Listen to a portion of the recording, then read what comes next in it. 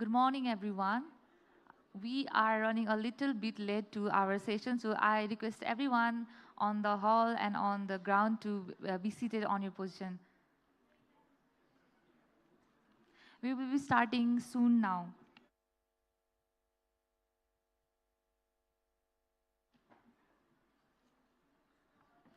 A very good morning once again, distinguished guests, esteemed speakers, and passionate participants. After a remarkable momentum built on the day one and the inspiring conversation we've had today, it is now time for a session that lies at the heart of climate justice.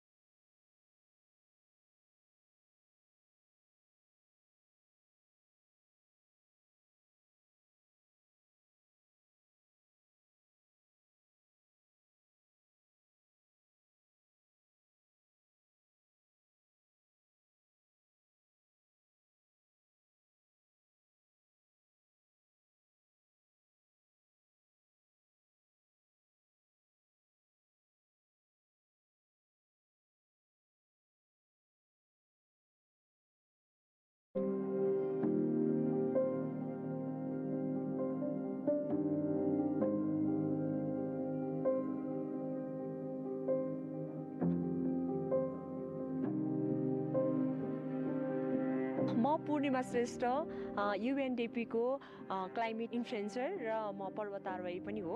म चाहिँ अहिले दिम्बुजे गाउँको यो इम्जा भ्यालीमा छु। धेरै मात्रामा चाहिँ म पटक आएको हिमाल भनेकै सगरमाथा हो। त्यही भएर चाहिँ मैले आँखाले देख्दै नै हिउँ पक्लिरहेको र एकदम ग्लेसियरहरू खोलाहरू चाहिँ दिन प्रतिदिन चाहिँ ठुलो भइरहेको हेर्दै नै यो चाहिँ एकदमै पक्लिसक्यो भन्ने जस्तो भएको चाहिँ यो यही खुम्बु क्षेत्र नै हो। पहिला यस्तो थिएन। म पनि ट्रेकिङ नै गर्थेँ, तर यस्तो देखेको थिएन। म यहाँ बस्न थाले 20-25 वर्ष भइसक्यो। यो छिटो मुभ भयो क्या, यो ग्लोबल वार्मिङको कारणले हो कि न, एकदम गहिरो गइसक्यो। अब घरभन्दा 5 मिटर नजिकमा छ यो पहिरो। हाम्रो एभरेज एरियाको त्यो आइसफलहरू पहिलाको भन्दा धेरै नै भनौँ 4-5 गुणा घटेको अवस्था छ। पछिल्लो समयमा गोरखसेपको अवस्था पनि त्यस्तै छ। त्यहाँको अब घर बनाएको 2017 मा बनाएको घरै फेरि अहिले आएर 7-8 वर्षपछि बङ्केर गएको अवस्था छ।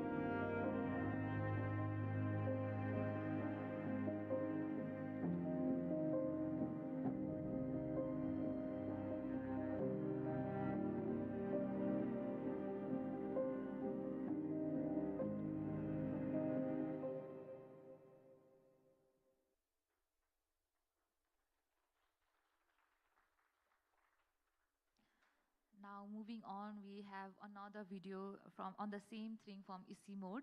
I'd like to request the technical team to please play the video.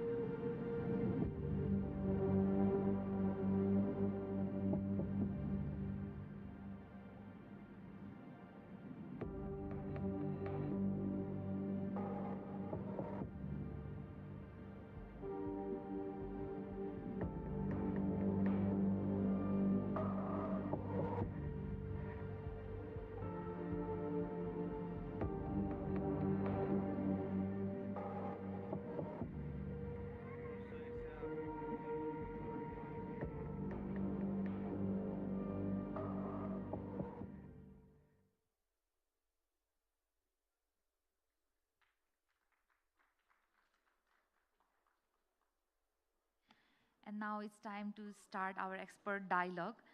To expertly guide us through this critical conversation, allow me to introduce our session moderator.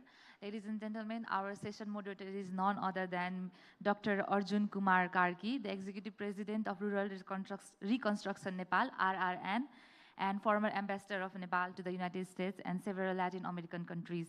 Dr. Karki is an acclaimed political analyst, development expert, and global climate justice advocate. He serves as the global coordinator of LDC Watch, and has over 3 decades of experience spanning diplomacy, peace building, and international negotiations, especially on behalf of the Global South. With a PhD in development studies from the UK, he brings an unmatched blend of grassroots understanding and global rise. Dr. Karki, the floor is yours.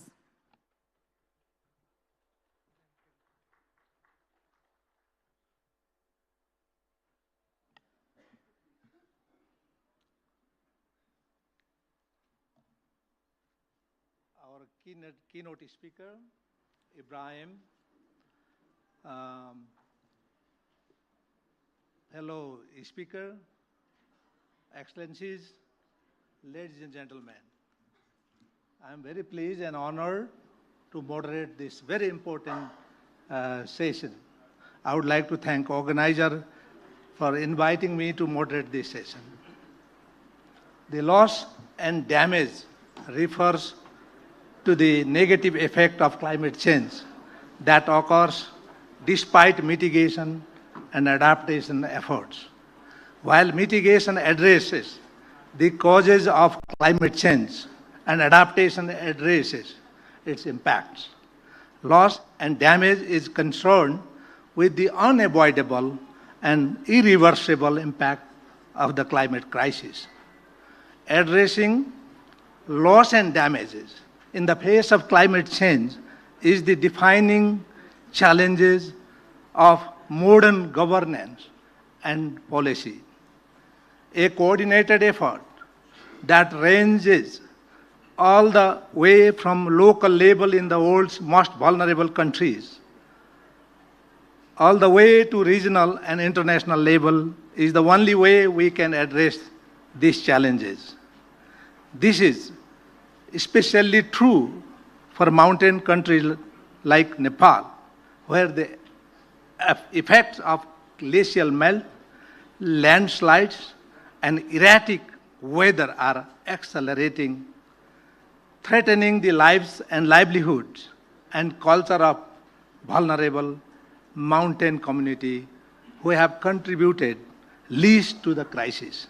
The Hindu Kush Himalaya region, often referred to us as the third pole, is experiencing warming at a rate faster than the global average, placing immense pressure on both ecosystems and communities that rely on them for water, food, and cultural survival. Protecting the Hindu Kush Himalaya and its people must be central to global effort to address the loss and damages. In this context, the establishment and operationalization of Fund for Responding to Loss and Damage, FRLD in short, is seen as a timely move, signaling a step forward in climate justice. As of March 26, 2025, a total of $768 million has been pledged to the FRLD fund. However, the damage, the loss that we have been experiencing needs enormous amount of resources, which is not enough. The question that those of us that are integrated into climate policy have been asking are as such: how are we measuring the quantifying loss and damages? And are we creating a pathway for destructive inflation and economic crisis through debt. In this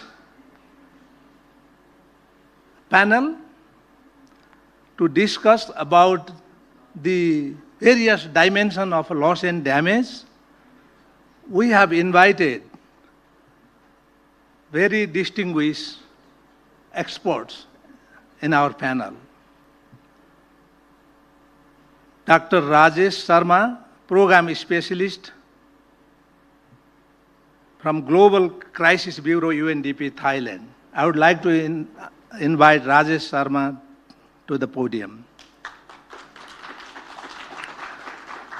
The next panelist in my panel this morning is Dr. Arun Bhakta Shrestha. Arun Bhakta is Senior Advisor to the ICIMOD. He is Climate and Environmental Risk Expert. And third speaker in my panel is Maureen Santos. She is from Brazil. Perhaps she is one of the farthest travel person to attend this meeting. Maureen is coordinator of the Socio-Environmental Justice Program at the Henrik Ball Foundation, Brazil, and she is also political analyst, expert, and also climate justice campaigner from Brazil. And she is involved in organizing think tank, civil society, and various other sections of societies to engage in COP30 process. And last but not least, our next speaker is Professor Dr. Anil Kumar Gupta. Anil Kumar Gupta is from Integrated Center for Adaptation to Climate Change. He is Disaster Resilience Sustainability, Department of Science and Technology, India at IIT Roorkee. So, warm welcome to our honorable panelists and also to keynote speaker. Our keynote speaker is Mr. Ibrahim Sheikh Diong, Executive Director of the Fund for Responding to Loss and Damage. He has especially reminded me to mention Fund for Responding Loss and Damage, not Loss and Damage Fund. Mr. Diong is a Senegalese and American national who brings over 3 decades of professional leadership and management experience in Africa, the United States, Europe, and Asia. He provides strategic leadership and oversight to the Fund Secretariat. Over to you, Mr. Ibrahim.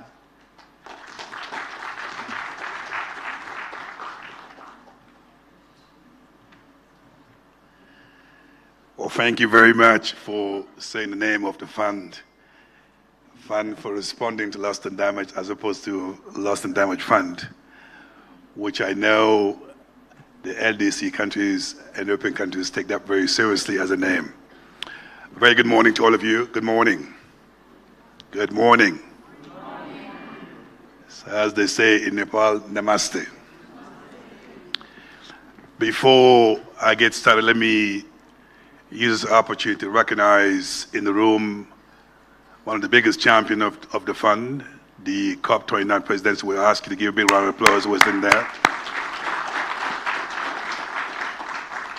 He has demonstrated not only support, but a commitment. I made sure the fund and what the fund does was at the center of COP29. And I want to start by recognizing his presence in the room, but also all the distinguished guests that are present here today. This is also an opportunity for me to thank the government of Nepal. This is my first time in this beautiful country, and we're extremely delighted by the warm welcome we received since I arrived 3 days ago. And I want to acknowledge that warm welcome in a land of generosity, but also in a land of warmness. What I want to do in this keynote speech is to share with you 4 key messages. And one is to acknowledge together the problems that we face when it comes to climate crisis, what is that we're doing as a fund, but also collectively what we can do to be part of the solution. And like in any panel, I always like to be provocative with some food for thought, which I hope the panel members will take on and hopefully give us some insight, how do we address those challenges. And like in any conversation, it's important to make a commitment. And I also want to make a commitment on behalf of the fund and what we can do, again, to sustain the efforts that have been done so far. With regard to the problems, if there's any doubt that we are faced with the climate crisis, I think the videos that we watched at the beginning of the session is indeed a reminder of the impact that we have on the flood, particularly in this part of the world, which has tremendous consequences on the lives of many people in this part of the world.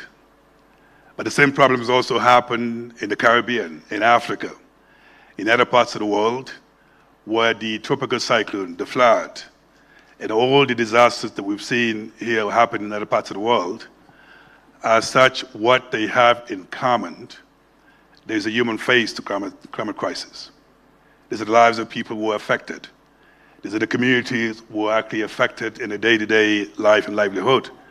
But there's also the infrastructures that need to be rebuilt, and particularly in countries that are struggling to meet the needs in other areas that are equally important. So you can imagine this crisis is an additional burden to most of the countries that are actually faced with this climate crisis. And that is why this kind of conversation, not only it's important, it is a conversation we should have for many, many years to come to make sure we can come up with sustainable solutions in addressing this climate crisis. Now, the solution is a combination of actions. What we do as a fund is part of it, but it's a bigger picture. I think number one, our fund has seen the day because of global solidarity.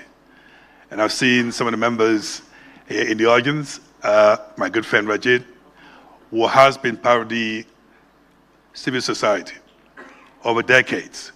They've been making the case that the countries are going to be less to climate changes, unfortunately happen to be affected by climate change, so therefore we need to come up with the fund that's entirely dedicated in addressing the challenges of climate change, in this case, the crisis that I talked about earlier. So the mere fact that that global solidarity has helped to operationalize the fund, to bring it to what it is today, it is a testament what we can do when we come together as a community to be part of the solution. We can move mountains, and then we are in a country of mountains. Certainly that global solidarity is extremely critical. Now, that global solidarity got us to where we are today. We need to use that global solidarity to maintain the momentum of what made this fund actually a possibility, so that the communities, the governments that push so far to make this possible, that we don't actually disappoint them, so we actually deliver on their behalf. I think the second part of the solution is how do we actually empower the government that they can be really on the forefront and making sure that we may provide the support, we may provide the funding, but ultimately for this solution to be actually sustainable, it's extremely critical that the government is actually at the forefront in assessing the demand, the needs. So what we bring in add value to what the government wants to do as opposed to the other way around. In my view, and I believe this is extremely important, not only for climate crisis, but it's important that we actually empower the government to be on the forefront in assessing the needs so we can bring in our support. I think the third area equally important, and that is that it's not just the government. There's a civil society.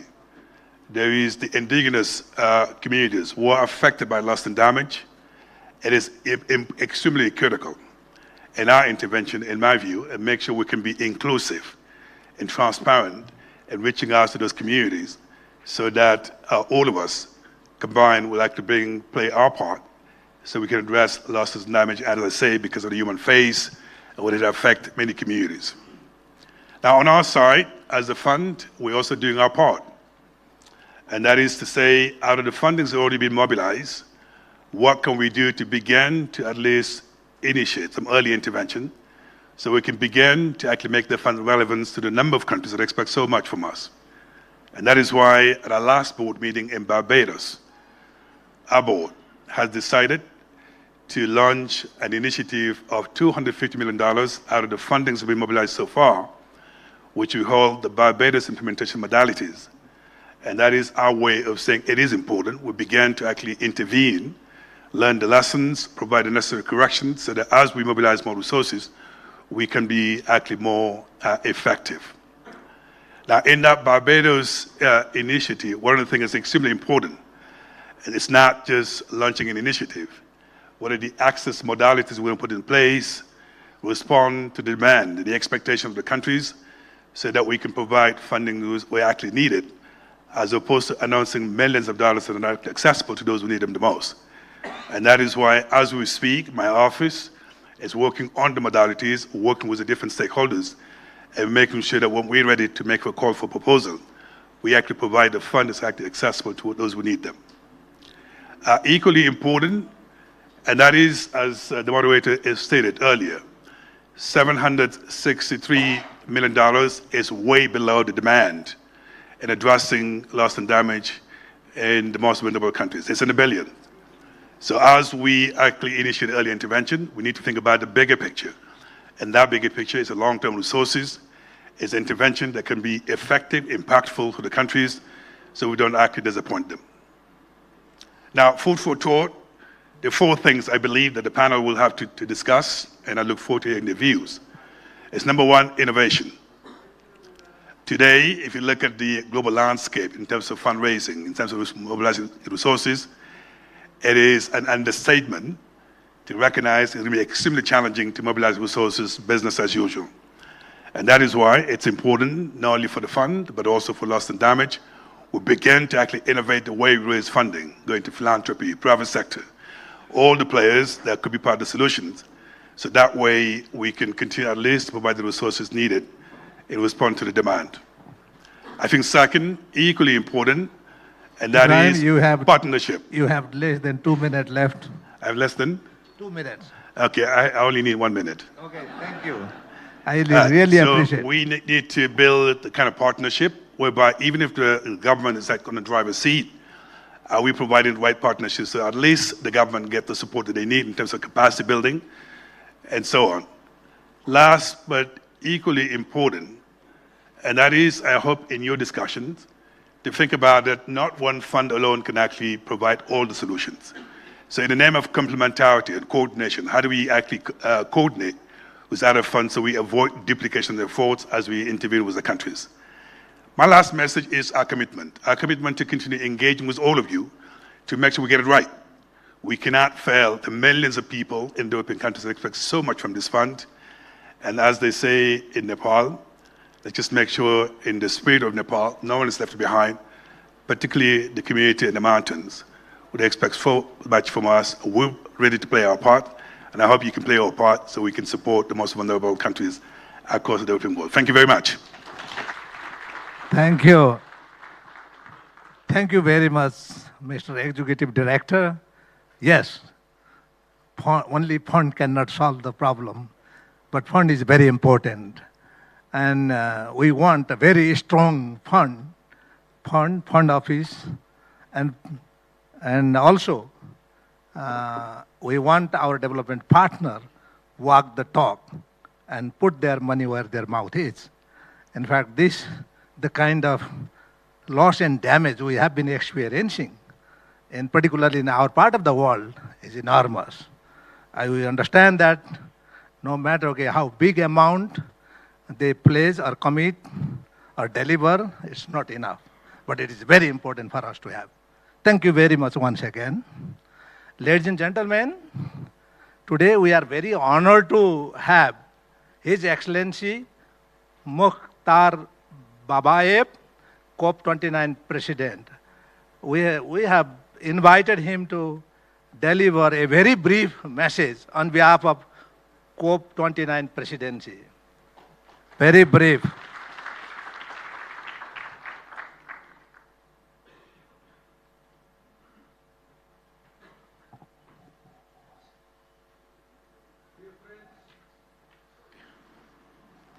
Dear friends, ladies and gentlemen, good morning. It is an honor to address this important topic of loss and damage in mountain regions. I wish to focus on how the UN and COP process is supporting action and what we need to do within the multilateral framework. Dear colleagues, we have been discussing loss and damage in the UN system since the earliest days of the 1992 Earth Summit in Rio, when then adopted the Warsaw International Mechanism to build capacity and foster collaboration. We acknowledged the importance of loss and damage with its own article in the Paris Agreement. At COP27 in Egypt, we agreed the principle of a fund. At COP28 in Dubai, we adopted the theory for how it will work.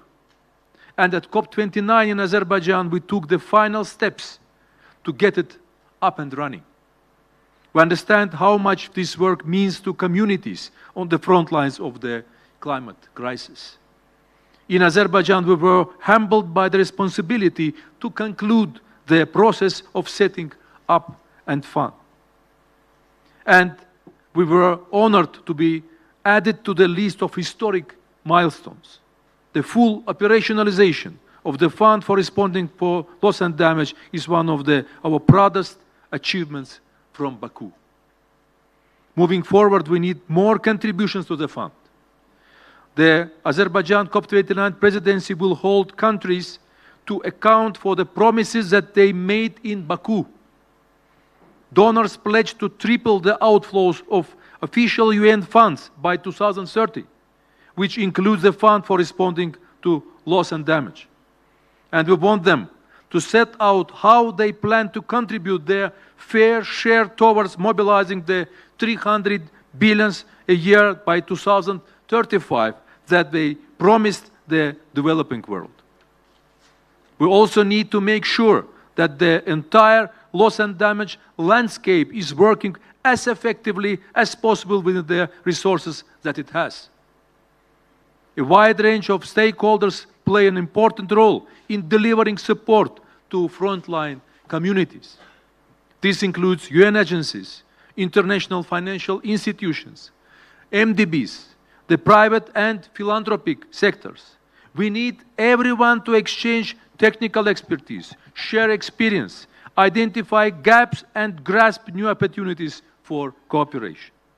At COP29 in Baku, we also established a high-level dialogue on loss and damage. This will help maintain the attention of senior leaders, and it will bring different actors together in new partnership. We held the latest dialogue on the sidelines of the spring meetings of the World Bank, and we will continue to have an active presence to keep this issue high on the global agenda. Ladies and gentlemen, this work is essential to support communities on the front lines of the climate crisis. Mountain communities face irreversible losses from the glacier melt and thawing permafrost. The multilateral system will be a critical mechanism to make sure that we do not leave communities behind. In Azerbaijan, we remain committed to playing our part. I thank you. Thank you, Your Excellency. And I would also like to thank on behalf of Government of Nepal, organizer and host of this meeting for your remarks and also your hospitality during the COP29. Thank you very much. Your presence is highly appreciated. And now, I would like to really have more interactive dialogue among the panelists and also with the participant of this meeting as well. As we have heard that Fund for Responding Loss and Damage is the center of the debate at this moment, and particularly in the changed geopolitical context. After COP29, we are facing new kind of challenges, even in meeting commitment made by the development partners and many other member states. So, in the Sagarmatha Sambaad, we have experts from various walks of life to discuss and debate about loss and damage issues, changes and challenges.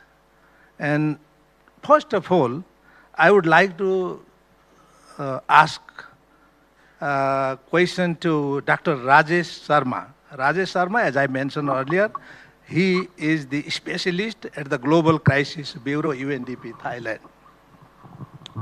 Dr. Sharma, given your experience with the post-disaster recovery and post-disaster need assessment process across the Asia Pacific, how can PDNA be better aligned with the evolving loss and damage agenda to ensure that assessments not only capture immediate recovery needs, but also inform long-term financing for irreversible climate impact?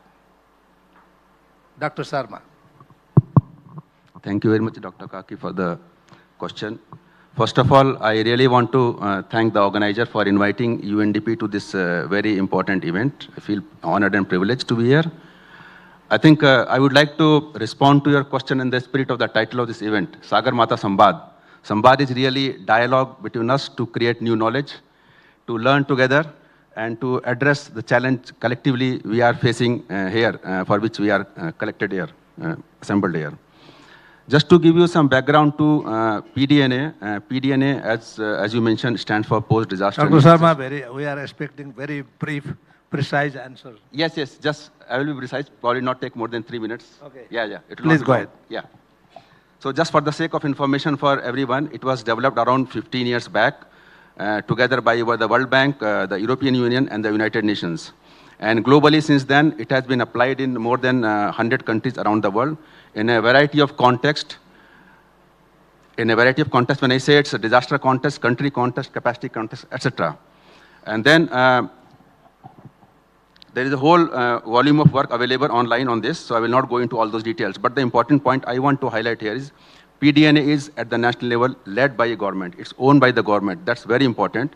And all the decisions, what it concludes is basically under the government leadership.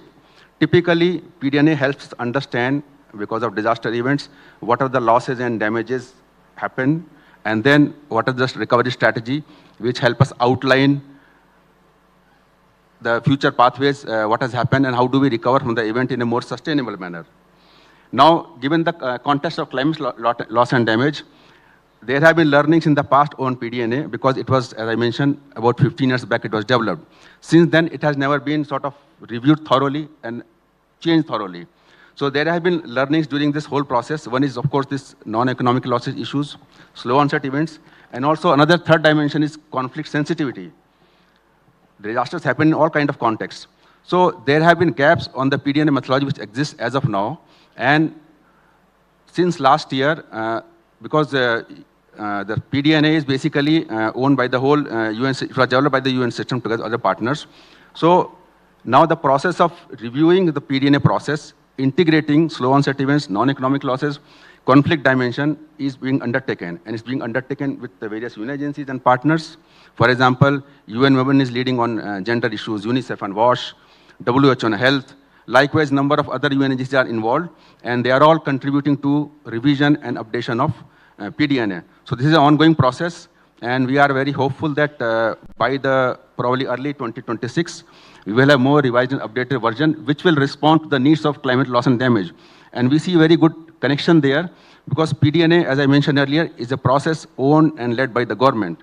And then when we plan recovery strategy, which includes short-term and long-term strategies, there we also identify the financial needs.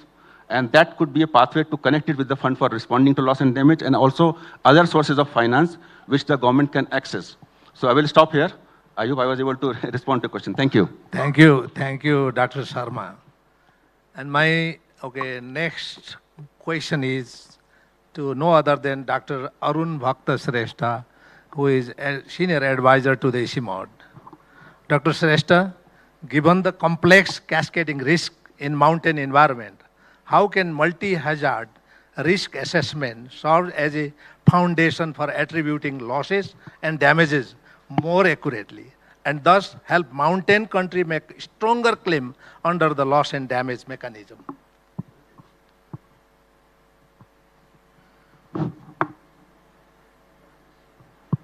Yeah, is it working? Yes. Yeah, thank you.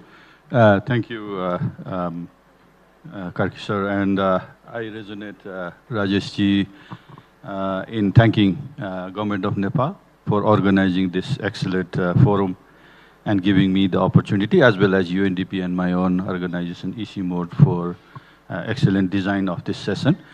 Right, so just to start with the context, I think we know the hazard environment is getting worse and worse. We have several events very recently in this region where we see that the nature, the character of hazard is changing. It is becoming more complicated with cascading hazards happening and multiple hazards occurring in a complex manner, right? So traditionally, we have been looking at one hazard at a time, which probably is not going to work moving forward. So the question about how multi-hazard risk assessment can contribute, I think that is something which I would like to start with, that, as the keynote speaker said, we need different kinds of solution. Of course, the funding, everything else is very important, but the methodological aspect is also very important. And like PDNA, MHRE can be a very strong tool to provide strong basis for loss and damage claims if it is done correctly, right? So when I say if it is done correctly, that means, the MHRA methodological framework has to be able to, account for the complex cascading hazard natures, their interplay, which is not simple. Conceptualization is more or less simple, but putting it in a quantified manner is very difficult. And for that reason, at EC Mode, we are also working on it through different partners and experts to actually look at how to, in a methodological manner, in a modal sense, look at those complexity. I think that is very important, and it is not simple, as I mentioned. The other aspect is about the climate, because climate attribution is very important, and that's very challenging as well, especially in this landscape where hazard is quite common, right? Naturally, it happens. So I think that's very important. So then again, I think the framework has to be able to account for it, through more granularized, more nuanced, look of climate change scenarios. I think that is very important through different downscaling scenarios, loss modeling tools, and then incorporating into more impact tools like hydrological, right? So to come up with what-if scenarios. The other aspect I think MHRA can actually contribute is in coming up with what we call the annualized loss estimates, which can be very, helpful for government, the regional member countries in Hindu Kush Himalayan region, to, kind of have a better understanding of investment, the need as well, in advance, right? So I think that would be very important. So, so what I would like to say that for mountain countries, MHRA can really, if done properly, again, I would like to add, help move from like anecdotal evidence to really scientifically grounded and defendable, claim for loss and damage. But in closer, I would like to say that, it is easier said than done. Loss and damage discourse actually is the late starter among other two contenders. And therefore, we have much more mileage to cover. So having technical, methodological clarity is very, very important, and that's where I think we can contribute. Thank you. Thank you, Dr. Shrestha. In fact, many of us, those who are in the global south, particularly those who are living in UN-defined least developed country, landlocked country, and small island developing states, we think that we always say that we are vulnerable, we are devastated, we are most vulnerable group of countries and people and community. But until and unless we are able to bring scientific data, valid, substantiated argument in order to claim the loss and damage fund, we won't be recognized as vulnerable, even if we are vulnerable countries and community. This is what Dr. Shrestha was basically trying to tell us. And this is what we have, those who are involved in the climate change advocacy work, encounter time and again in various fora. So our next speaker is Maureen Santos from Brazil. She is the only woman panelist, unfortunately, in this panel. So, Maureen, you have a huge responsibility you have to represent half of the world, but also respond my question, okay? My question is, given your extensive experience in integrating climate justice perspective into both international negotiation and grassroots advocacy, how can the fund for loss and damage, fund for responding loss and damage, Executive Director reminded me several times, be structured to reflect these justice principles, ensuring that the needs and agencies of frontline communities are not marginalized in funding and governance decision. Please enlighten us. Thank you. Bom dia. Namaste. Good morning. Thanks for having me. Thanks for the facilitator and the speaker and for government of Nepal to hold this very, very important dialogue. And I'm very glad to be here. And I would like also to say hello and greetings to all the women that's present here. As you talk about justice and the fund, the Loss and Damage Fund is create also because of the need of justice. No? There is a very important, the convention that was held in Rio de Janeiro. I'm from Rio de Janeiro. I'm very young when this convention was signed up in 1992. They bring this perspective or historical responsibilities. And when you talk about historical responsibilities, you talk about justice. No? And how can you really bring these issues to the topic? So there is a need of persistent advocacy and mobilization for climate justice in all over climate negotiations and mechanisms. It's not only about the Loss and Damage Fund, but you really need to bring this perspective for all over the negotiations. The lack of a clear and comprehensive definition of loss and damage requires us to ensure that inside the structure of the Loss and Damage Fund, it embodies the principles of justice. This means not only structure a fund that only provides financial resources, but also empowers frontline communities to have a voice in funding and government decisions. So we must advocate for strategic policies that can facilitate access, like the other colleagues talking about, but also promote the technology transfer, but not any kind of technology. Because we also have technologies that create a lot of more impacts for these frontline communities. So incorporate also two aspects that's very important in the policies. One that talk about reparative, another that talk about redistributive mechanisms. It's very essential to ensure that those most affected by climate change are not only recipients for aid, but also, as I mentioned, active participants of the decision-making processes. So when you talk about reparation, it involves the acknowledgement of the historical responsibilities and rectifying the past environment exploitation for our South countries. And when you talk about redistribution, and I finish like that, it ensures that the benefits of climate finance will be equitable share, particularly among marginalized communities who have been disproportionately affected by the climate change. So you are here in Nepal, and you know already how many impacts Nepali citizens is suffering about the climate change.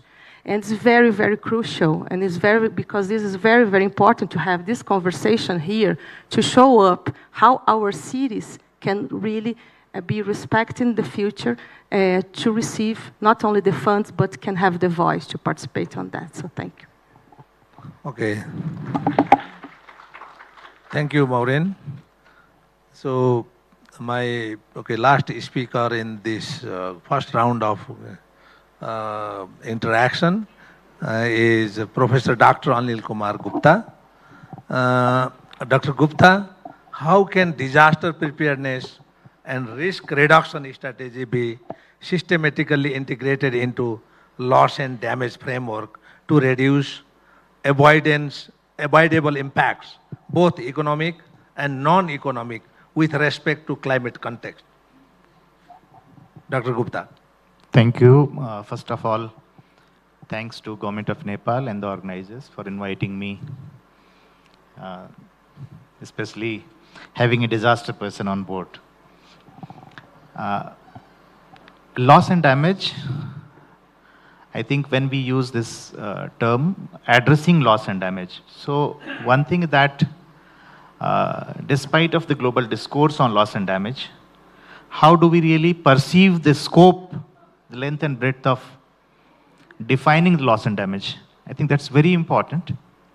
And still there are some research questions, very fundamental research questions. When we say addressing, so I see it in two parts. One is that what we do to avoid or minimize. And second, how do we respond to what the loss and damage. Rajesh ji referred about the PDNA. So the disaster fraternity uses the damage word even, which includes the set of losses as well. There are certain sectors where we do not have the tangible, this kind of parameters. Those are included in the PDNA tool also. So here, what I would say, that loss and damage for DRR perspective is primarily that we look at that how do we address the residual risk. The risk that we think that we would not be able to address by adaptation. So this relates with the limits of adaptation as well. So here, then again, how do we look at the climate change impacts? In two ways. One is the shocks and the other is stresses. Shocks are often addressed. Those are in the media, those are in the policy domains, those are they assessed also to some extent in a greater depth. But about stresses, in DRR fraternity, now recently we have understood that the stresses which lead to increasing vulnerability that make a hazard to be realized in a bigger size of disaster. I think that's very important, and that is still a gray area, and some good research, some good, particularly the methodological research is very much needed.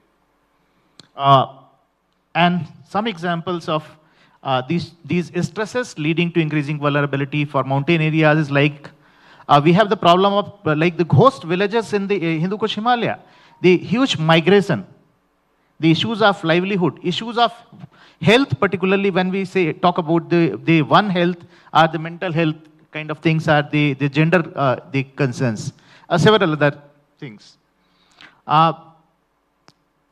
Loss and damage, particularly for the major disasters like we referred about the Gulf, more than 90% of such kind of damages to infrastructure are related with climate change. And the majority in general with climate change, around 90% or so.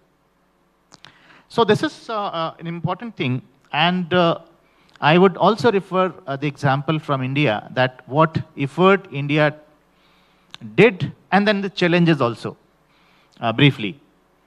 India created a huge funding mechanism to address disaster risk. That is to the tune of $29 billion for 5 years, 2021 to 2025. This is the last year. But if we see that how much has been spent, So somewhere around 20 to 25%. So that tells that there is a huge gap between the different strata, like we talk of the research, science and research, then policy, and then the operation. So when we talk about addressing loss and damage in reference to disaster risk reduction, then again, there are certain things which need to be demystified, that addressing loss and damage will cut across both the aspects. One is reducing the risk of disasters and also responding to disasters. And I think that's very important.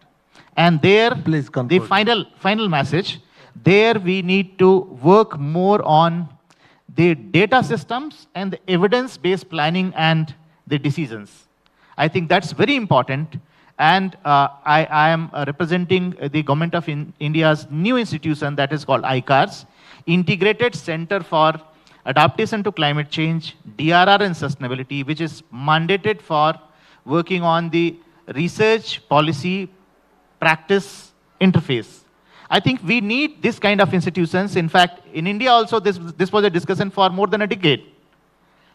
Many countries, we are talking about this interface, we are talking about the integration of the three fraternities, but we need to work on the institutional mechanism and a robust data support system. Thank you very much. Okay, thank you.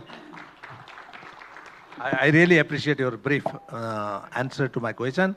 I am entering into second round of question, but in this round, I would like to really request very short, brief, bullet point, sometimes we call flower point answer to my question. And we are going to repeat a couple of issues that we have already discussed. The next question is, this is to Dr. Rajesh Sharma. You have talked about PDNA. But please tell us, how can we ensure that PDNA in climate vulnerable regions, such as small island developing states and mountain countries like ours, reflect non-economic losses and contribute to the assessing support from the loss and damage fund? Because we are very much concerned and also interested to understand how we can make claim as vulnerable group of countries. Thank you for the question. Very brief, sir. Yeah, sure. Yeah. So in fact, I just want to go back to the way PDNA is structured these days. They do include non-economic losses in a different way.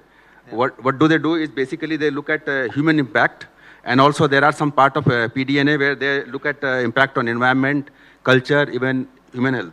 So those are the dimensions where there is a non-economic loss dimension, which is also looking at the impact on people's life, their well-being, impact on livelihood, social structures, which is, as you can imagine, sometimes at local level, there are various social structures which are disrupted by disaster event. And then it is very difficult to for the society to have the same kind of well-being, cohesion, which was there before the disaster. So what we do in PDNA nowadays, basically, we look at the deprivation dimension. We just look at, as a result of disaster, who lost what. We just count those numbers, but do not attach a economic value to it. So that's a gap right now. So now, as I mentioned earlier, we are revising this and then trying to bring this economic annual dimension with new analysis and insights, and so that could be reflected in the new version. So now we are also working on other fronts. Many times being at UNDP, we are working in countries and governments are requesting, talking to us and coming back to us to help them strategize, help them understand. So we are also working at national level to help them adapt PDNA to national context. I just want to give an example. Last year in Bangkok, we had a workshop on PDNA exclusive of Thai government officials. Now, because Thai government works in Thai language, so they have requested the whole thing should be translated to us in Thai language, adapted to Thai context. So this is very important because it's not good to have just something which is global. We need to bring it down to national level, align with national institutions, their systems, their policies, so that they can fully internalize it and then start making use of those kind of systems. So last point, here to respond to mountainous context, We are partnering with ECMOD here. As we all know, they have very specialized expertise on mountain Hindu Kush Himalayas to adapt PDNA methodology for assessing loss and damage in mountainous context. And since they work in all these countries, we want them to be sort of helping the governments which fall under their jurisdiction to respond to climate-induced loss and damage. Okay. I will stop here. Thank you. Thank you very much. And okay, yes, we have heard that not only member state, but also our expert had high expectation from ECMOD. So, yeah, we have also discussed about there are economic losses and there are non-economic losses. And non-economic losses are very difficult to count, but they are very severe and also very important for many of us. So, my question is to the senior advisor of ECMOD, Dr. Arun Bhakta Shrestha. As we have heard that, okay, all of us have high expectation from you or every institution. What role can regional scientific institution like ECMOD play in ensuring that data, traditional knowledge, and localized assessment are integrated into loss and damage framework to support more just and evidence-based financing decision? Thank you. Very brief. Yes, it's good to know there is a very high expectation, but I would like to start with that we are not alone and we should not be alone in this big, grand task. So it's about collective, action, collective, effort. Definitely, as the question has put it, I guess the gap is in integrating the so-called scientific knowledge, traditional knowledge, and community wisdom, right? So that's big gap. And we at ECMOD have been promoting integrating on those. So that's something which we definitely, at all fronts, try to do, and we'll try to do that, right? And then, more importantly, bring it into the methodological aspect. How do you incorporate in, let's say, the MHRA process? I think I'm coming back to that. Beyond that, I would like to say, again, while responding to your first question, the issue of attribution. That's a big challenge, and that's something which we have not done much. Even at ECMOD, we have not done much. And again, we should not be alone to do it. So that's an area where we can collectively with other partner organizations work more on establishing more scientific basis for, attribution. Because that's going to be a big question when it comes to, loss and damage funding. The third thing, and that's final, is we are all in a shared space. Whatever happens might not always contain between one, country's boundary. And we have ample examples of transboundary hazards and risk. I don't have time to give example. So that's also one big area where ECMOD can, contribute basically in doing joint assessment, if there is a transboundary event. And then that gives more advantageous leverage point for making a collective voice in accessing fund. I think that kind of platform also ECMOD can provide. So these are a few things that ECMOD as an institution can provide. Thank you. Thank you, Dr. Shrestha. So next question is to Maureen Santos again from Brazil. She is also a voice of civil society and think tank and people in the academia.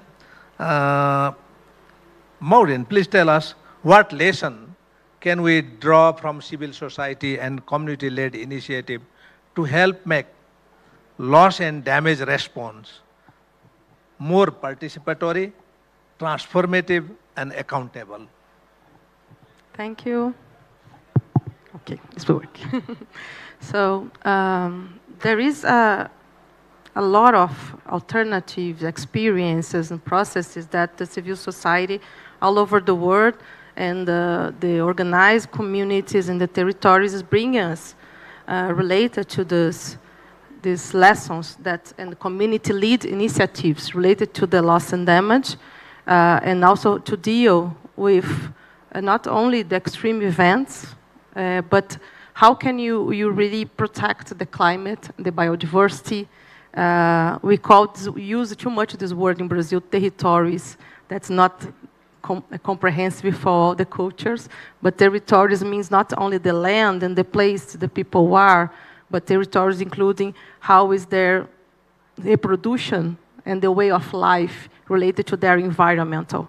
So this idea of the territories brings us so many transformative aspects that should be prioritized, and these initiatives prioritize local knowledge, as our comrades had that here.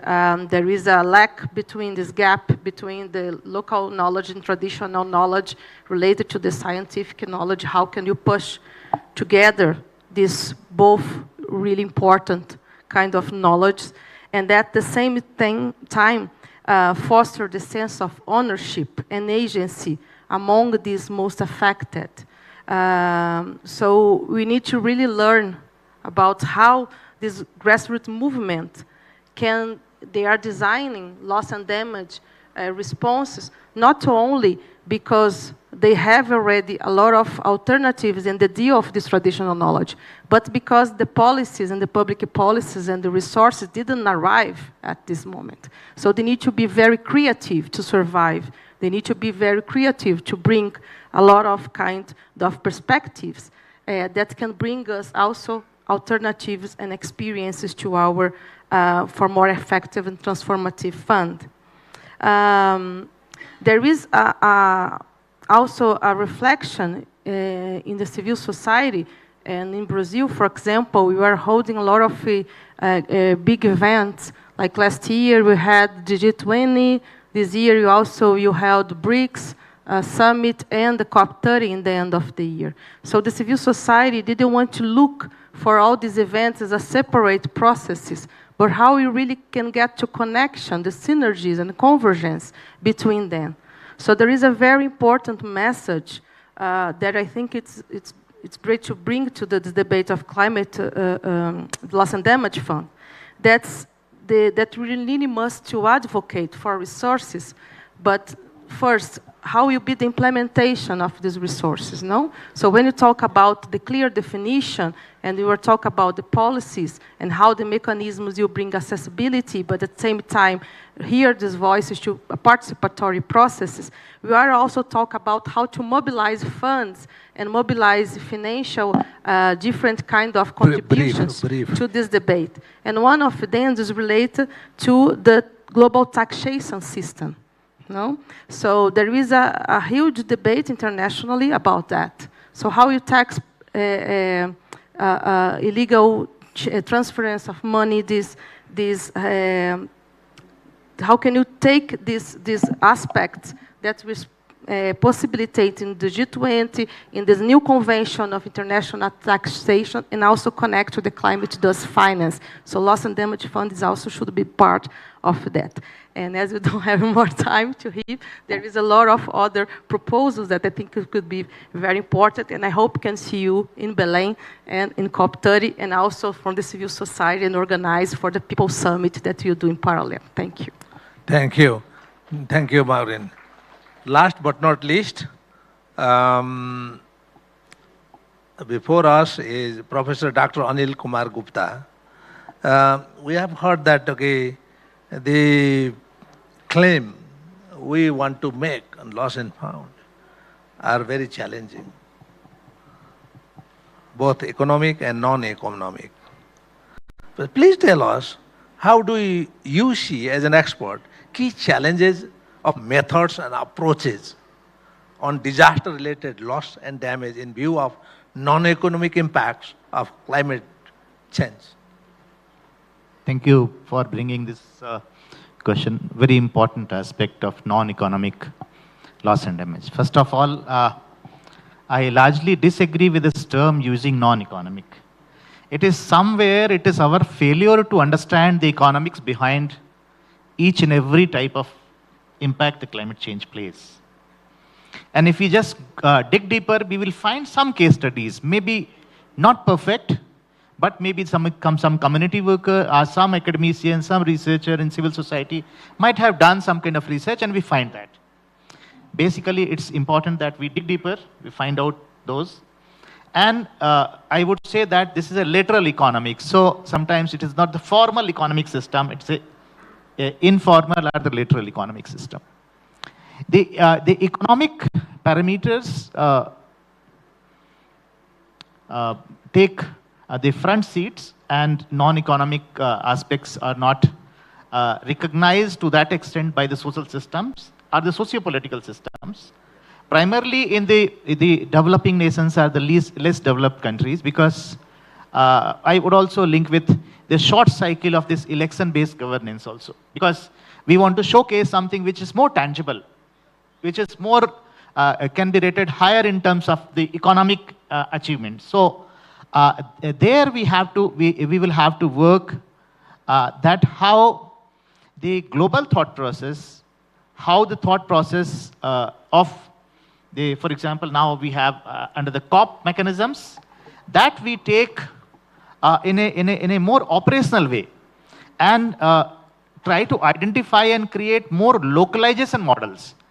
Because even if we really want to address the loss and damage related issues or adaptation related issues, and then refer to mountain context, even the other geographies and the mountain context would be varying. And then within mountain context also, if I talk of India, then we have Ladakh, which is a cold desert, and we have the other states. So we will have to come up with the specific different models for this. And the last, I would say that message on this for me is that basically we also look at the current planning regimes at local level. For example, districts are so. In India, we have now all the districts are required to come up with a disaster management plan. We have the financial mechanism also. Now we are asking all the states have a climate change adaptation plan. Now we are asking districts to come up with climate change adaptation plan. The Supreme Court asked all the districts to come up with environmental action plan.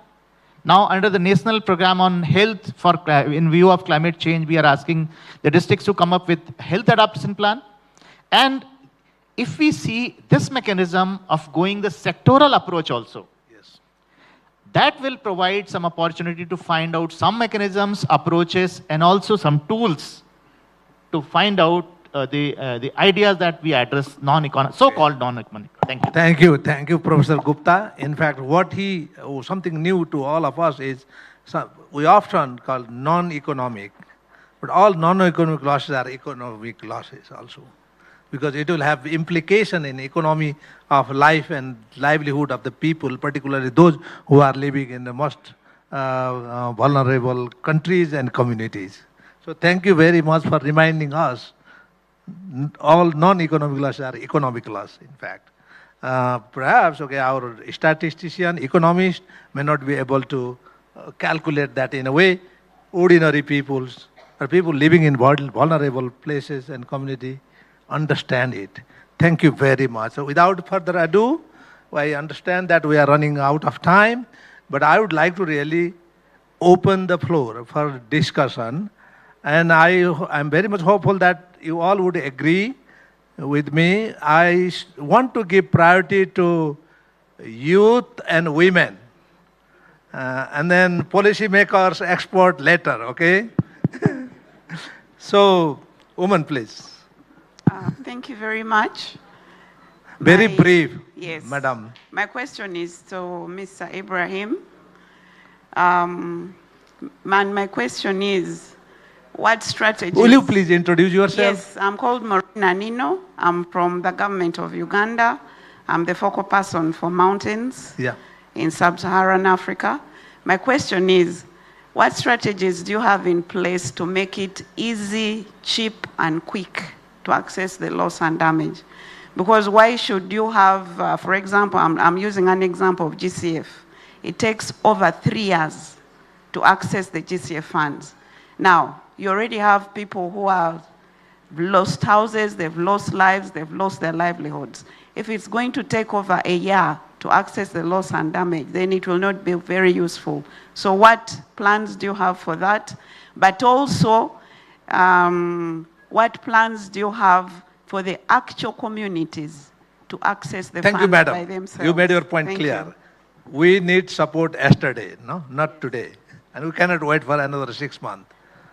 Madam, from South Africa. Thank you very much. Please introduce yourself.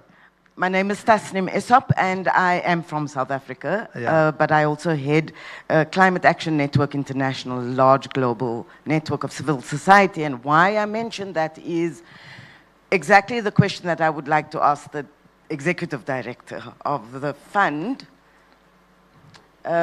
We call it the Loss and Damage Fund. Fund for responding loss and damage. We call it the Loss and Damage Fund because it was civil society that actually decided to escalate the fight to win that fund. And we did that in a matter of 2 years after decades of negotiations to land that fund with, of course, supporting governments. I'm sure you will acknowledge that because that was very clear. Now, we fought for it because it was about justice. Achieving justice for those most vulnerable in the world but least responsible for the climate crisis. What I am concerned about, therefore, is that the issue of justice remains central to the objectives of that fund. And so when we talk about mobilizing finance, and we talk about innovations, and we talk about the private sector role, etc., there's going to be a tendency that we reduce the justice element. Please brief. My last point is, it is possible in this world to mobilize funding just like this for wars. It is possible to mobilize funding for things that do harm in the world. So it's not about when developed countries, rich nations say they don't have money, and we have to be sitting back and accept that. We must challenge this as well. Thank you. Thank you very much. She's my friend, that's why I can cut her off. The next, you, madam, young lady. Oh, no, okay. Hello. Please introduce. Yeah, namaste, my name is Roshni Gurung. Thank you very much for all the great talks. Very brave, no statement, but question. Awesome. Please. The evidence of climate-induced loss and damage from glacier melt and landslides in the high mountains to floods and displacement in the Tarai plains is clear and growing. As Dr. Anil said, much of this loss is not just economic, but also cultural, emotional, and ecological, and often immeasurable. As a young person speaking for the vulnerable communities at the ground realities, I would like to ask, how can we ensure that the loss and damage in the mountains is adequately recognized, addressed, and financed? What mechanisms must be strengthened or created to channel real support, especially in finance and knowledge sharing, to the frontline communities who need it the most? Thank you. Okay, thank you, Madam Gurung. Secretary Madhu.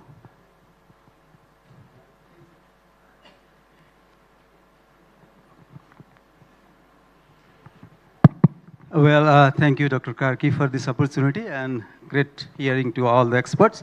So since I am a finance guy, obviously I'll have a query on finance, right? So, Mr. Ibrahim, so the total pledge for the loss and damage fund so far has been 768 million, so far I know. And the signed agreement has been 495 million, please correct me if I'm wrong. And the paid in funds is only 321 million. And as you just informed us that through this Barbados implementation modalities, you have already allocated 250 millions, right? Okay, so now we have only 71 million available, right, in the fund so far, right? And Secretary, question. Yeah, please. okay, the question is that the estimation for the loss and damage fund was around 400 billion per annum. So far, I understand. So there is such a huge financing gap. And given the change context, since the US withdrawal from the USAID and the UK is scaling down the grant money, because we wanted grant money in the fund. May not want like the loan or credits or private money in the fund. So how do you, what is the exercise or work that you've been doing to meet this huge funding gap in loss and damage considering the changing context of global aid dynamics. Thank you, Secretary Madhu Marasene. I would like to give floor to the disaster guy, Anil. Anil, and then you next.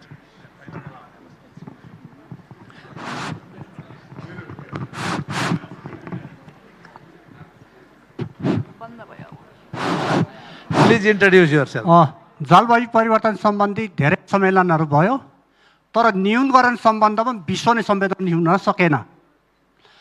अहिले नेपाल लगायत विश्व नै डटेलो मुक्त घोषणा गर्नुपर्छ।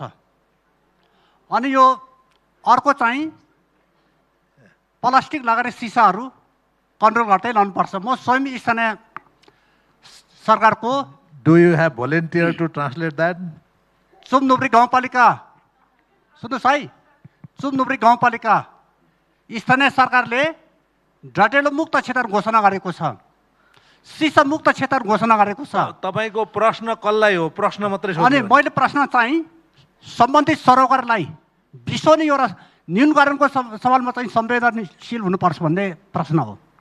अहिलेसम्म त्यो न्यूनीकरण सम्बन्धमा चाहिँ संवेदनशील हुन सकेन। सम्मेलन धेरै भयो, छलफल धेरै भयो, बहस धेरै भयो, खै त न्यूनीकरणको लागि प्रोसेस गरेको विश्वमा जहाँसुकै आगलागी भइरहेछ त्यो कन्ट्रोल गर्ने खै त माध्यम। त्यसकारण न्यूनीकरणको लागि एउटा संवेदनशील हुनुपर्छ भन्ने हाम्रो मान्यता रहेको छ। धन्यवाद, धन्यवाद तपाईलाई। अनिलजीलाई दिनुहोस् त पछाडि, तपाईँको पछाडि उहाँलाई, अनि तपाईँ पछि। Thank you, Dr. Arjun Karki. My question is to Ibrahim.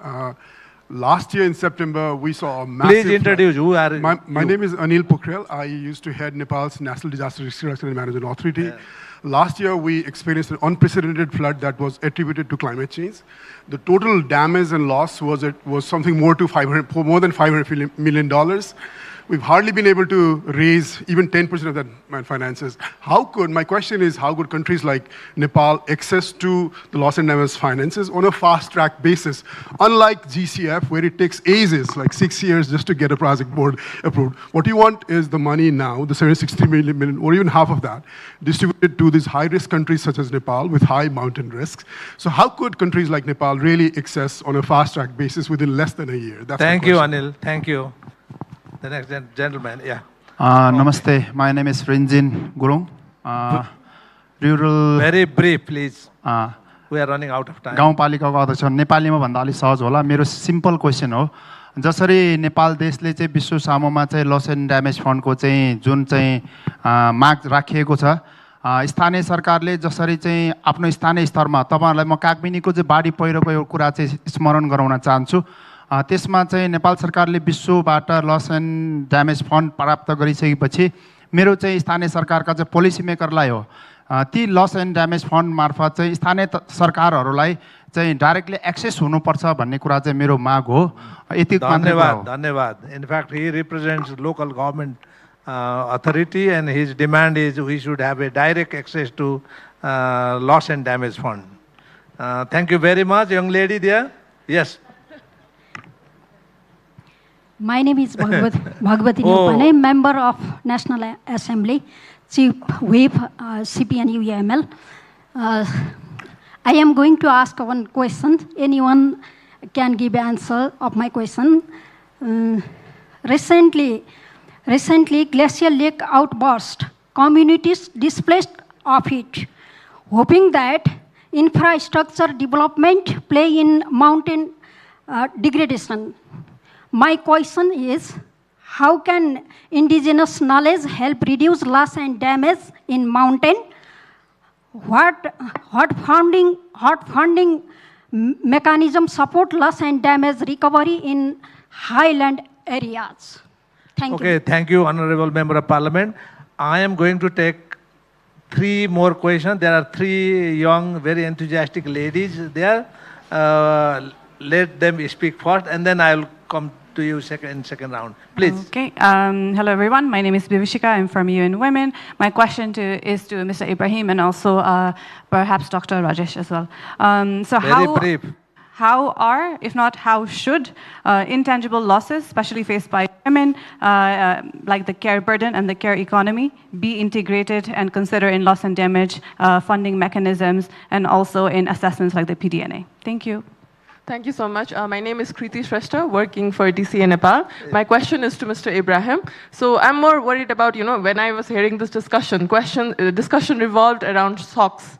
What I'm worried about is how does FRLD prioritize stressors, for example, drought, and also the non-economic losses and damages due to those stresses, because stresses are generally slow and very much impactful than the shocks, which are more rapid and extreme in nature. So what is the mechanism for assessment, as well as also for what is the approach of FRLD for climate-related stresses? Thank you very much. Please, that last. Hi, namaste everyone. My name is Tashi, and I'm from Limi Valley, Humla district, known for being one of the poorest districts, unfortunately. My question is to Mr. Ibrahima. I want to tell everybody here that just 2 days ago, my village was hit with glacial lake outburst flood, and it resulted in more than 10 million Nepali rupees damages in physical infrastructural damages. I was just at the conference about the science of risk management and all, and then they said that, so my question is, how to assess loss and damages when you do not have a scientific evidence to show the data, when on the other hand you have a real people suffering there and their infrastructure damages being carried away. The science there was saying that they only do research about the generic stuff and not specific community to community, whereas here when it comes to accessing the fund, you need to present a data. So there is a huge gap here. Some places, like let's say Everest region, are over-researched, whereas so many places are under-researched. Therefore, we have a data gap here, evidence data gap here, and it's difficult to access money to get the Thank you, ground-level intervention. I think you have made your point. Okay. See, we are running out of time, but I would like to really give only time to two speakers. One gentleman here, the lady there. Then I will try to give floor to the fellow panelists here and keynote speaker. Gentleman here, yeah. Thank you very much. My name is Malay Fafana. I'm the Asia Regional Director for DGI on Global Institution on Green Growth. It's not a question, it's just a contribution. Just to remind us, we can just not lose focus, and we can have a lot of people around this room. My question is how we in the room can make the loss and damage fund successful. That's my question. Thank you. You are asking question to us. Madam here. Last. Yeah. Namaste and good morning, everyone. I'm Swati Thapa. I'm a development professional working in the environment sector. I'm also the Central Committee member of National Democratic Party. My question is to Dr. Anil Kumar Gupta. Is there any possibility or is there any good practices where the concept of virtual university has been implemented? Like the local people at the local ground, they need like local knowledges. So the curriculum should be based on the local context.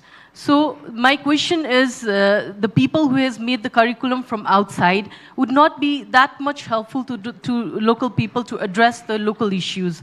Is there any good practices? My question is that. Thank you very much. Thank you very much. I would like to thank all the participants here for your valuable contribution and asking very important question to our keynote speaker and fellow panelists here. Since the target of attack in this session was the Fund for Responding Loss and Damage, and head of Fund for Responding Loss and Damage is here with us. We are very fortunate to have Ibrahima, Mr. Executive Director. So I would like to really give you time to respond the very serious, important question raised by our dear participant. You have a choice, but I prefer that if you speak from here, you will make your point in less time than from the podium. Less than 2 hours? Yeah, less than. Okay, over to you. Well, first of all, Mr. Executive Director. I'd like to apologize to the panel members because they spoke so eloquently, but I got all the questions. And I assume that demonstrate really the interest that you have for the fund, and that's something very important to us. Let me, on the offset, just underscore, particularly to the community organization, to the CSOs in the room, the historical perspective you provided that led to the fund is certainly recognized as an important contribution that got us to where we are today. And if we give you any impression that was not actually appreciated, certainly it doesn't reflect the reality the way we see your role within the fund. And that's the reason why within the board, our board obviously has welcomed some observers from the civil society to join some of our discussion to make sure we're actually being informed by their perspective. And then second, as we develop the modalities, and I think some of the civil society here can confirm that, we do actually consult with the civil society to make sure we learn from your lessons, from the knowledge that you have, and make sure we get it right. It's an evolving process. It's not going to be an overnight process. And I can assure you, as a secretary, certainly will continue to consult and make sure that that experience that you have certainly is taken into account as we design the modalities going forward. I think second, and this is brought up, and I know this is a concern for many institutions, how do we make sure what I call the AAA of climate finance is availability, accessibility, and affordability of finance. There's no point in financing billions of dollars that are not accessible to as needed. So therefore, what we're doing concretely as a fund is to learn from the lessons from the fund and make sure the accreditation process, the modality are nimble and flexible to make sure the money will go to actually where it's needed. And I can assure you, both from the board and from the secretariat, as we design those modalities, our intention is to make sure it doesn't take 2 years, because loss and damage is particular. If the funding gets to where it's needed too late, you may not be able to actually save lives. So rapid response is such that we have to come up with something that's actually flexible. With regard to the resource mobilization, I do recognize our sister from South Africa. The climate justice, the responsibility is such that obviously we're not saying that the funding will come entirely from the private sector. If you look at where we are today, the $766 million, to your point, are not generated out of resource mobilization. They came spontaneously as a contribution to the fund. So we haven't even started raising funding for the fund. We're just literally a voluntary contribution that came in, which we're working toward converting those pledges into actual funding. So we make commitment. But I think as we get to the longer term resources mobilization, it's important we recognize the billions that we need in order at least to really deliver going forward. I think last 2 points I want to make, and it's equally important, it is important, the fund's responsibility is not to determine the needs of the country. It's the countries themselves who have to determine their own needs.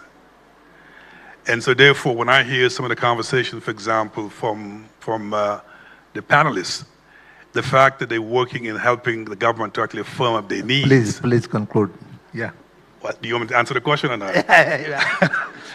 Please answer. I can stop here. Briefly. No, I want you to answer this question. Okay, all right. Looks like I got a lot of questions. Briefly, gentlemen, yeah. I even got some of the questions in Nepalese and loss and damage. Let me answer the questions.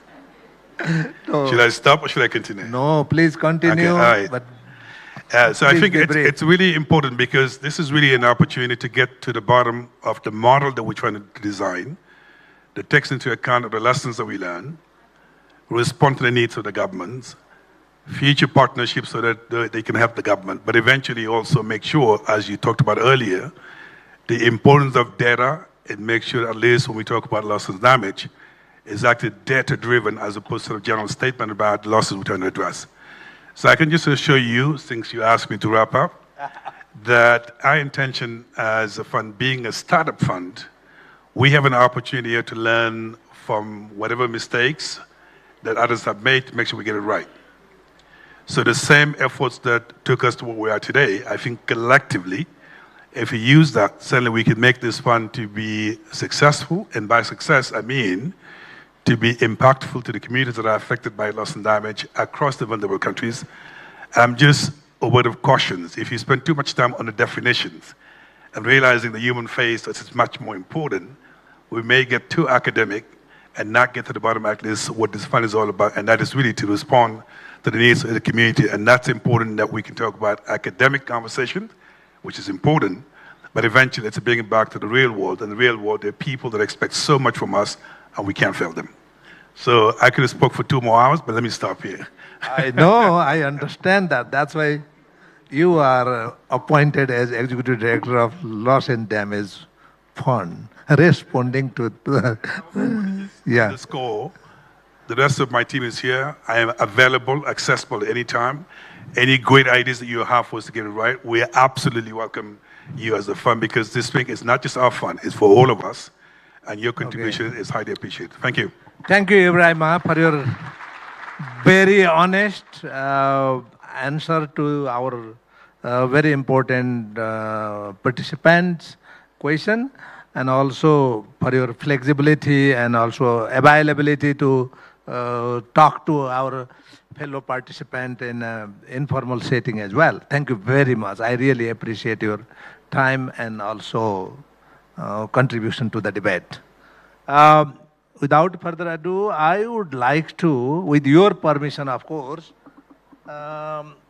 give 1 minute each expert panelists to respond the questions raised by our distinguished participant. Please, 1 minute each. From here, this, okay. Thank you. Thank you very much for the engagement. So, because there was no specific question to me, I will be a little bit more generic in terms of responding. Closing remarks. Yes. If you like it. What I also said in the beginning, all fronts of climate change, mitigation, adaptation, and now loss and damage is bound to get a lot of resistance, right? That we know. I think that we have to be ready for. That we can feel in the room. Right. Now, also, if you agree, I have also seen an atmosphere, some resonance of L&D fatigueness, right? The voice that probably talking too much about L&D, we are deprioritizing, let's say, adaptation, right? So I think that's also, that at least I have heard that, I have felt that. So, but then linking to what you have said and others, the justice dimension, and the example from Limi just 2 days ago, I assume it is from a glacial outburst. Yeah. And what has people from Limi done to face that? I think the justice issue is very important. So I guess we have to be ready for struggle. I think that is definitely we have to it, and we have to have in mind it is about justice. And your question about, I think the struggle should be in terms of how to make it more simple, more accessible, I think. Looking at each case individual, I think that is not going to help. I think we need to come up with a more broader kind of mechanism to access this. That is what I would say. But the road ahead is bumpy. Let's be ready. Thank you. Buckle Thank up. you, Doctor.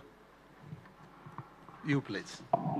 Yeah, thank you. So, very quick, 2.5 points. So, Arunji spoke about multi-hazard risk assessment, and if we see that this is an event, so the prior to that is multi-hazard risk assessment, and after that is the loss and damage assessment. Most of the time, loss and damage assessment is a post-event process, and that complicates because there's a undulating capacities and expertise available in different places. If we have an effective multi-hazard risk assessment, we link it with the scenario building. We create some kind of a flexible but ready framework of loss and assessment, particularly for most hazard-prone and vulnerable sites. The same way we do in the domain of chemical accident analysis, there we say that what-if analysis. So what if, okay, you just put the parameter and it will give some kind of scenario. Second point was related with the the institution. India has a concept of community colleges. So formal educational system can opt for working with the communities and like a immersion program.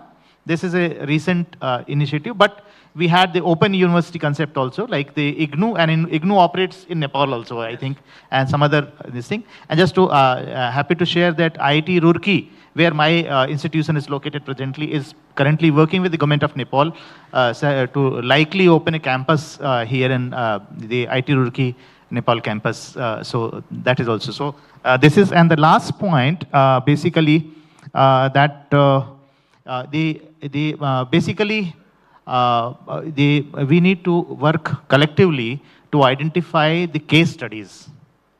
May not be the perfect, but even the imperfect case studies, and that will help us identify the possible methodologies for addressing particularly the non-tangible, non-economic loss and damages.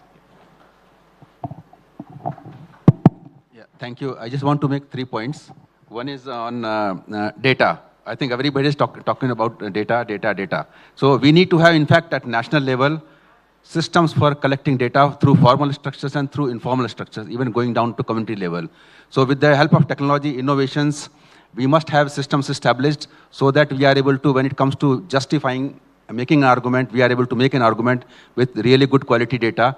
And the quality of PDNA also depends on data. If there is no data, PDNA results will not be good, and we will not be able to do much with those loss and damage assessment, and also with recovery also.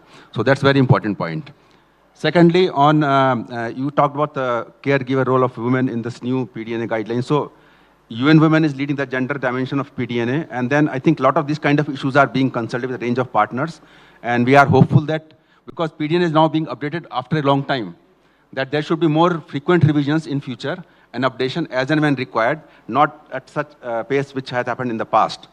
And third point, I think as UNDP, we are working in several countries, and many times there are requests coming from government to just access fund, FRLD. What we are responding to them that we need to organize internally at national level, government see where are the gaps in policies, institutions, frameworks, financing, so that when they are accessing fund, that whatever fund they get is strategic. They are able to prioritize what is most important for them, so that they are not able to just do projects, but strategically address climate change related issues in a more meaningful manner, so that the scarce resources which are available to all of us, they could be very meaningfully deployed at national level. I will stop here. Thank you. Very quickly. So about 2 questions about the communities. There is 2 representatives here related to the participation. And as we have the executive secretary here, it's very important not only the participation be about hear the voices, but in decision-making processes, and make sure that the communities have their assent, the place inside of the body. You know, that this is very, very crucial. And as we are in also governmental space, that there is a lot of countries here representative, think about how can we push inside the nationally, in the national countries, assemblies, councils, or kind of working groups that can also have communities to have participation on that, so countries can bring their position to the debate. And the last one is about the intangible losses funding mechanism that we're talking about. When you bring the issue of the reparations, exactly because of that, reparation is a political concept that not only concentrates in economy, but how can you of course, you're not never, it doesn't have a replaceable thing, but you can think about how can you create policies that really achieve and face that the impact not repeat again. You know, and if they repeat, you have a better possibilities to face that, you know, with dignity. So I think it's that. Thank you. Thank you. I am not going to summarize this discussion. Very rich discussion. I would like to thank all participants and distinguished panelists and our keynote speaker on behalf of organizer and government of Nepal. I understand that I was not able to do justice to all participants, neither to fellow panelists and keynote speaker. So government has given me a most difficult, ruthless job, but I would still like to thank government of Nepal for giving me this opportunity. I am very pleased and honored to have such a distinguished panelist and keynote speaker, and very serious, enthusiastic participant from cross-section of not only Nepalese society, but also from all over the world. Thank you very much. I would like to conclude this meeting here. Thank you so much to our keynote speaker, our distinguished panelist, and of course our moderator for your truly powerful session. Before we head towards the lunch, there is a small gesture of appreciation for your time and knowledge. So I'd like to request Mr. Thakur Prasad Gaire, Member of Parliament, to present a token of appreciation to Mr. Abraima Chek Diong. I humbly request Mr. Thakur Prasad Gaire on the stage.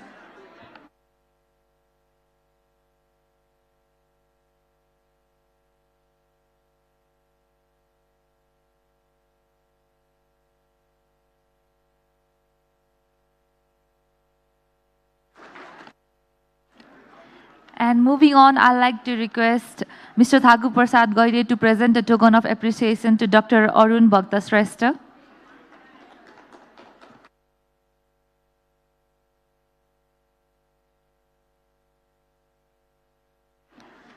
And also, I'd like to request Mr. Thakur Prasad Gaire to present a token of appreciation to Mr.